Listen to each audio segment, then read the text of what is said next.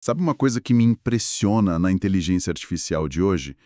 É, é quase uma esquizofrenia. Como assim? Um sistema consegue olhar, sei lá, para a grande onda de Kanagawa e entender o conceito, a emoção, o movimento, Abstração pura. certo? E, ao mesmo tempo, um outro sistema, às vezes o mesmo, consegue gerar uma imagem com cada gotinha de espuma, cada tom de azul, com uma fidelidade, assim, absurda. Ah, entendi. A tensão entre o significado e o detalhe. Exato, como que a mesma tecnologia lida com essas duas pontas.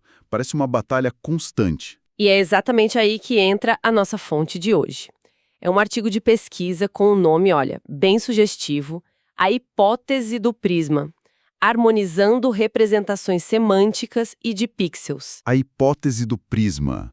Eles propõem que, assim como um prisma pega a luz branca e separa num espectro de cores, talvez a gente possa fazer o mesmo com a informação visual. Gosto disso. Não é uma batalha, então. É um espectro. Exatamente. Então, nossa missão aqui vai ser desvendar essa hipótese do prisma. A ideia de que a informação pode ser decomposta em frequências. Nossa, isso é muito poderoso. É muito elegante. Vamos mergulhar em como essa metáfora pode unificar o jeito que as máquinas veem e criam um mundo. E, claro, ver se na prática a teoria se sustenta. Porque uma ideia bonita no papel é uma coisa, né? Fazer funcionar é outra história. Certo, vamos começar por essa analogia do prisma. Eles ilustram isso logo na figura 1 do artigo. A ideia é a seguinte: imagine que qualquer informação, seja uma imagem complexa ou um texto, passe por esse prisma conceitual. Uhum. De um lado, entra a imagem do mundo real. Do outro, não sai um arco-íris, mas algo que eles chamam de espectro latente unificado. A informação foi, separada e organizada. Exato. E o que é fascinante é o que essas cores do espectro representam. Eles dividem em duas categorias principais. Primeiro, as baixas frequências. Ok. Usando a analogia da luz, seriam as cores quentes. Vermelho, laranja. Elas carregam a informação macro, o conceito, a semântica. O significado. Isso. Se a imagem é de um gato no sofá, a baixa frequência diz: objeto 1, gato, atributo, malhado, relação, está sobre, objeto 2, sofá. É a essência da cena, sabe? O que você contaria para alguém pelo telefone. A estrutura geral, o que e o onde. Entendi. E as outras cores do espectro? As outras cores, as altas frequências, seriam os tons frios, azul, violeta. Elas carregam os detalhes finos, a fidelidade ao mundo real. A textura. A textura exata do pelo do gato, o brilho nos olhos, as bordas nítidas dos bigodes, a trama do tecido do sofá. São os pixels que fazem a imagem parecer uma foto e não, sei lá, um desenho chapado. Ok, isso explica de forma muito elegante um problema prático que a gente tem há anos.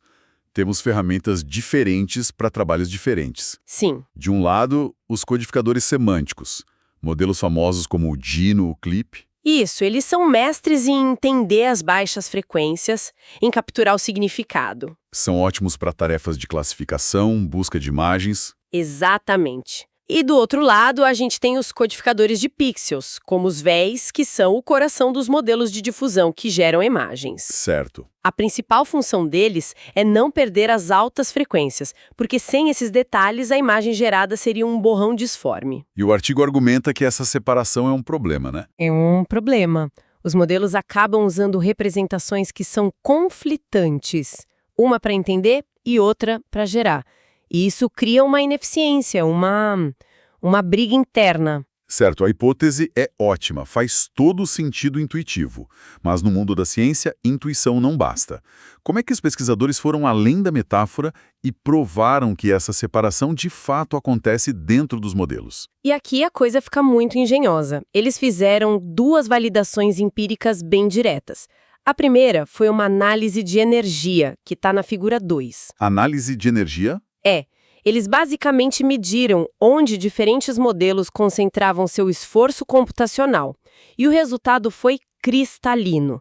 Modelos semânticos, como o Dino ou V2, botam quase toda a sua energia nas baixas frequências. Faz sentido. Já os modelos de pixel, como o SD-VAE, precisam espalhar essa energia por todo o espectro para não perder os detalhes de alta frequência. Ou seja, a energia da representação confirma a especialização de cada modelo. Um foca no geral, o outro se preocupa com tudo. E o segundo teste? Esse me parece ser o mais importante. Esse é o checkmate da hipótese. É o teste de filtragem, que está ilustrado na figura 4. A ideia é simples. Eles pegaram imagens e usaram filtros para remover partes do espectro de informação. Ok. No primeiro cenário, removeram as altas frequências. Pensa nisso como pegar uma foto em 4K e transformar numa versão bem emborrada, onde você ainda vê as formas, as cores, mas perdeu toda a nitidez. E o resultado? O modelo de IA continuou entendendo o conteúdo semântico perfeitamente. Fascinante. Então, na prática, a IA pode ignorar a qualidade HD de uma imagem e ainda assim saber que está olhando para um gato num sofá? Exatamente. Mas, e se você tirar a essência borrada da cena?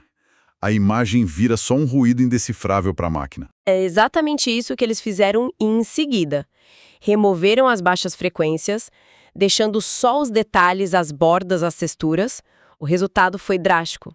A capacidade de compreensão do modelo despencou para quase zero. Nossa. A performance em tarefas de busca de imagem por texto, por exemplo, caiu para um nível de acerto aleatório. É a confirmação empírica de que o significado, a semântica, realmente mora nas baixas frequências do sinal. Ok, a prova é convincente. A hipótese do prisma não é só uma metáfora, parece ser como a informação realmente se organiza. Agora, como eles usaram essa descoberta para construir algo novo? Como se constrói um prisma de software?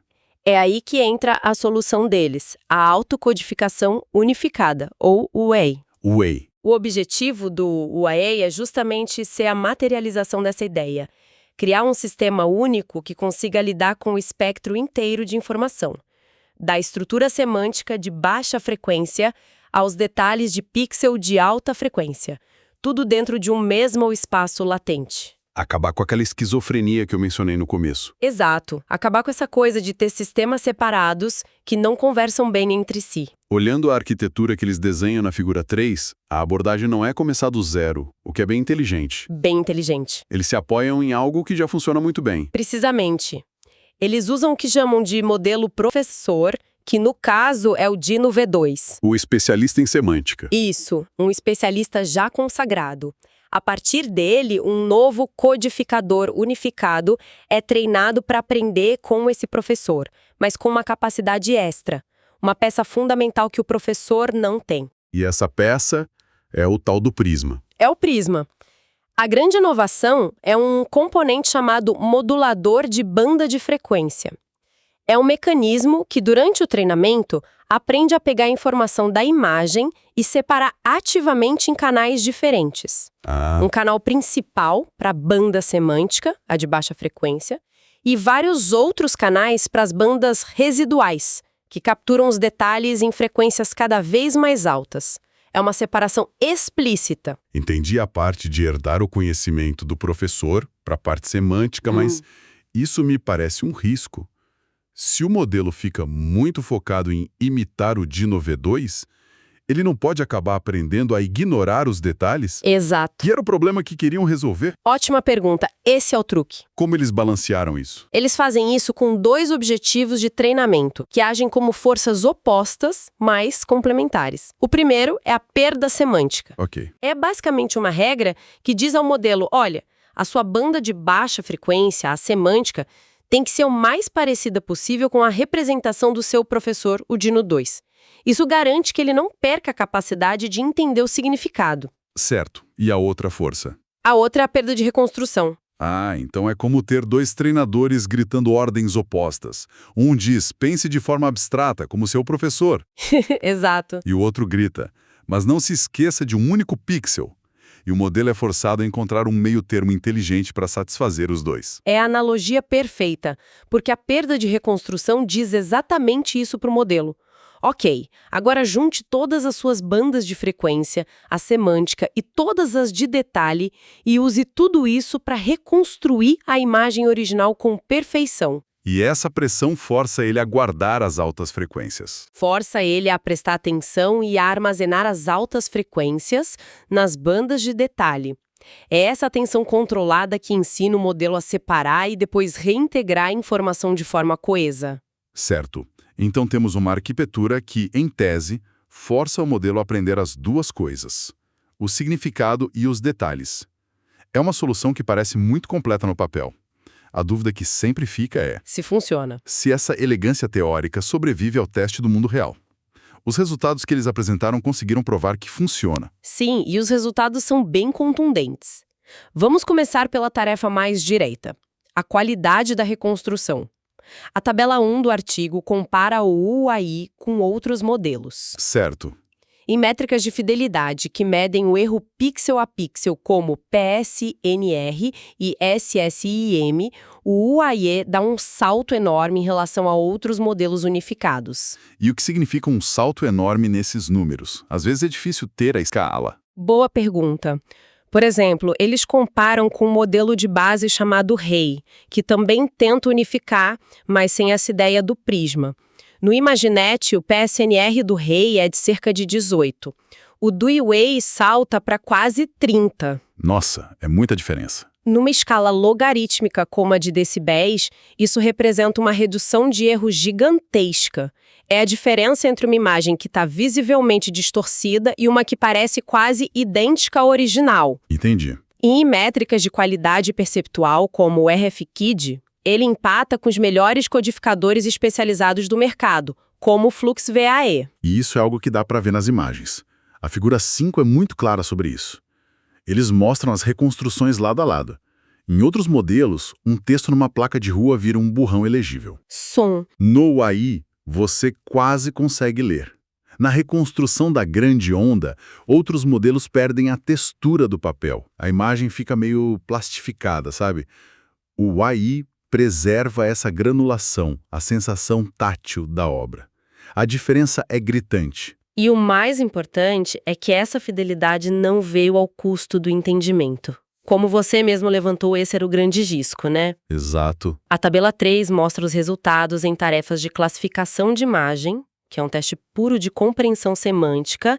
O AIA atinge 83% de precisão. Ok. Sabe qual a precisão do Dino 2 original? O professor especialista em semântica? Qual? Os mesmos 83%. Uau! Então ele conseguiu aprender a reconstruir perfeitamente sem desaprender nada sobre o significado das coisas. Nada. E a visualização da figura 6 confirma isso, certo? Exatamente. A figura 6 mostra uma visualização chamada TSNI. É como se fosse um mapa 2D de como o modelo organiza os conceitos. O mapa da banda de baixa frequência do UEI é quase uma cópia carbono do mapa do Dino V2.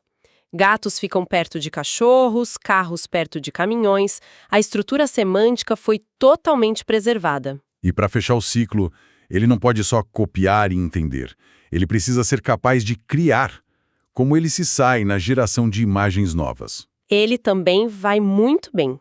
A tabela 2 mostra que, quando usado em conjunto com o modelo de difusão, o espaço latente do UEI é muito coerente, muito fácil de navegar. E as métricas? As métricas de qualidade de geração, como o GFID, são excelentes, com um score de 1,68, o que o coloca no mesmo patamar dos melhores modelos generativos atuais.